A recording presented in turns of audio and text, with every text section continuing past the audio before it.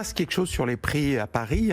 Pour la première fois depuis longtemps, on enregistre une baisse, notamment le baromètre LPI Se Loger nous dit que sur le troisième trimestre 2020, les prix ont baissé de 4%. Donc c'est quand même pas rien.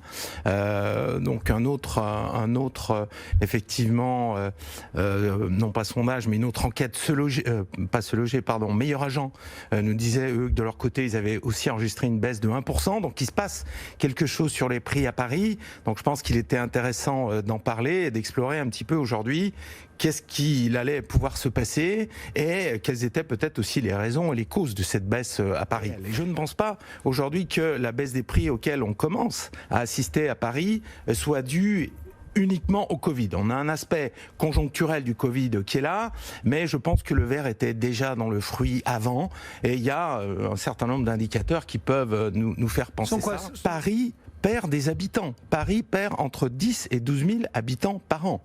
C'est unique, c'est la seule métropole française qui perd effectivement des habitants. Et ce sont surtout les familles qui s'en vont.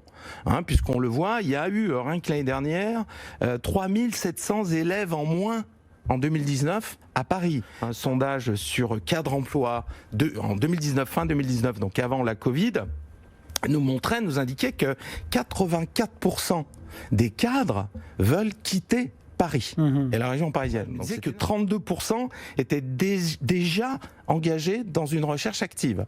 Et ça, c'était, encore une fois, avant la Covid, avant le confinement, etc.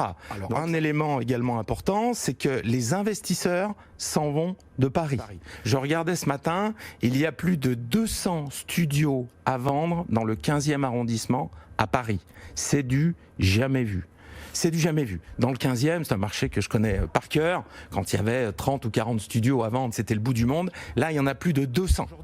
Donc, rajoutez à cela que, également, il y a eu une annonce cette semaine que la municipalité veut augmenter les frais de mutation, veut doubler la taxe sur les logements vacants, donc les résidences secondaires. Bon, ça fait beaucoup de messages pour les investisseurs qui sont vraiment extrêmement inquiétants. Cette baisse des prix va concerner essentiellement Paris Intramuros. Donc je pense que les prix, à mon sens, ne devraient pas trop bouger en région parisienne, voire même, je pense, augmenter pour ce qui est de la première couronne.